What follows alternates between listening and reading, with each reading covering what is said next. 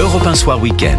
19h, 21h, Guillaume Lariche. Et le journal de Mickaël Dorian complet tout à l'heure à partir de 20h sur Europe 1. Europe 1 Soir Week-end, il est 19h bientôt 47. Merci de passer votre début de soirée avec nous. Toujours accompagné de Véronique Jacquier, journaliste à CNews, et Paul Melun, écrivain et essayiste. Emmanuel Macron de retour dans l'arène politique, c'est la question qu'on se pose ce dimanche soir. Cap sur 2032, le chef de l'État a passé une petite tête hier soir. C'était au cirque d'hiver devant ses jeunes soutiens au cours duquel ils sont devenus les Jeunes en Marche, changement de nom, l'occasion rêvée pour Emmanuel Macron de reprendre la main. Je suis venu vous dire que ça n'était pas fini, j'ai encore besoin de vous pendant 2 ans, 5 ans, pendant 10 ans. On a vu le chef de l'État vraiment très impliqué, avec beaucoup de force dans sa conviction, dans la voix, dans son exercice préféré, celui de prendre la parole et de crier fort, parler de son projet. On va toujours garder Emmanuel Macron dans 10 ans, 15 ans, 20 ans, un président à vie, selon vous, comme en Chine ? Non, moi je ne crois pas. D'abord, je pense qu'il ne peut pas parler autrement que la façon dont il s'est exprimé hier soir. Vous imaginez un président de la République qui vous dirait salut, dans 2 ans j'ai fini, et puis il reste 2 ans d'ailleurs, et puis je vais me tourner les pouces, parce que voilà, finalement on veut plus trop de moi. On a quand même 2 élections qui l'ont montré, élection européenne, élection législative. On a le sentiment d'une machine politique qui tourne à vide. Donc il faut forcément qu'il existe, qu'il occupe l'espace. Et il a quoi en tête selon vous, Véronique Jacquier ? Il a quoi en tête ? Alors moi je pense qu'il vise un poste au niveau européen. Voilà, moi je pense que ce qui l'intéresse, et sans doute y arrivera-t-il, mais c'est vrai que se pose la question pour nos jeunes présidents de leur suite, c'est-à-dire y a-t-il une suite à la politique, y a-t-il une autre vie que la politique? Hier on avait Nathan Devers qui lui conseillait une carrière de cinéma. Mais non, mais la question s'était déjà posée pour Nicolas Sarkozy. C'est finalement quand il n'a plus été réélu en 2012, il était jeune encore. La question s'est posée pour François Hollande. La question se posera pour Emmanuel Macron, puisqu'il est encore plus jeune que François Hollande et Nicolas Sarkozy quand il quittera l'Élysée. Donc la reconversion est extrêmement difficile. On a un François Hollande qui a accepté de revenir sur les bancs de l'Assemblée nationale. On a vu Valéry Giscard d'Estaing qui s'était fait réélire comme conseiller général. Vous voyez, donc il y a une vie après l'Élysée.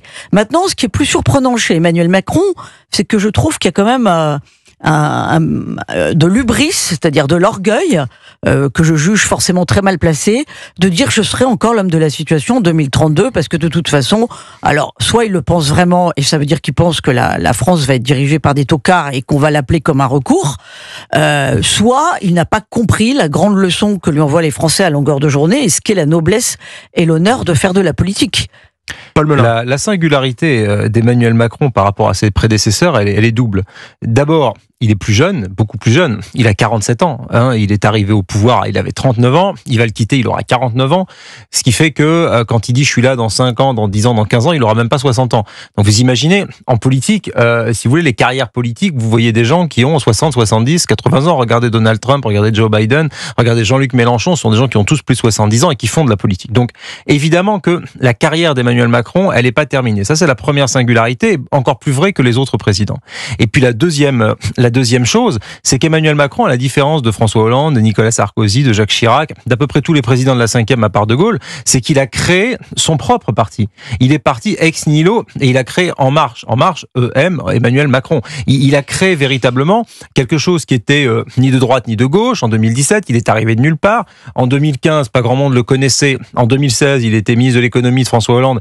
Et en 2017, il était élu président. C'est une carrière éclair en politique. En 3 ans, il a été élu président. Sa barque. Après, il faut voir ce qu'il va en faire. Voilà, exactement. Mais si vous voulez, du coup, les jeunes En Marche, maintenant, s'appellent ces jeunes, ces troupes de jeunes. Avant, ils s'appelaient les Jeunes avec Macron. C'est vous dire, c'est-à-dire que ce parti s'est construit autour de la personnalité du chef de l'État. C'est le start system. Oui, donc si vous voulez, Gabriel Attal, Gérald Darmanin, les successeurs qu'il peut avoir dans son parti, ou Elisabeth Borne, qui était d'ailleurs présente aussi à ce rassemblement, vont avoir fort à faire dans l'ombre de leur père spirituel ou du père fondateur de ce parti.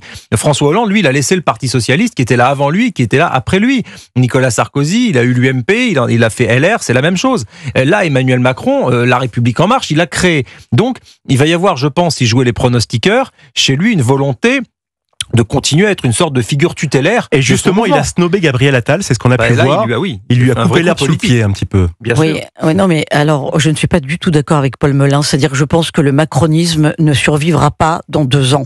Tout simplement parce qu'il n'y a pas de colonne vertébrale et que, oui, il a créé un parti, mais quelque part, ce qui a fait que Emmanuel Macron a été élu en 2017, c'était « abat le vieux monde, je suis le nouveau monde, je suis le jeune monde, élisez un jeune président ». Il y en a ras-le-bol de ces vieux en politique, il y en a ras-le-bol de ces politicards qui ne savent faire que de la politique. Or, il y avait quand même un paradoxe, c'est que Emmanuel Macron n'avait jamais été élu, il n'a jamais été maire, il n'a jamais été conseiller général, il ne sait pas ce que c'est que la disputatio, si j'ose dire, lors d'un conseil municipal. Il a fait exploser la gauche et il a ensuite tenté de faire exploser la droite. Là, on voit qu'elle essaye de reprendre des couleurs.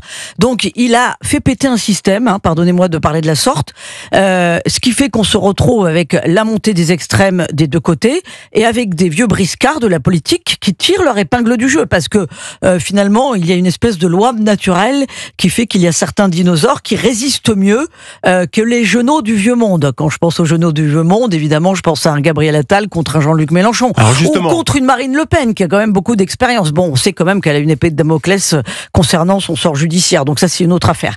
Donc je pense que voilà, il a fait vieillir le nouveau monde Emmanuel Macron et donc il n'aura pas d'avenir. Moi ça m'intéresse pour cet avenir par rapport à Gabriel Attal qui lui lorgne peut-être sur 2027. Est-ce qu'après il faut s'attendre à un duel en 202022 Macron versus Attal?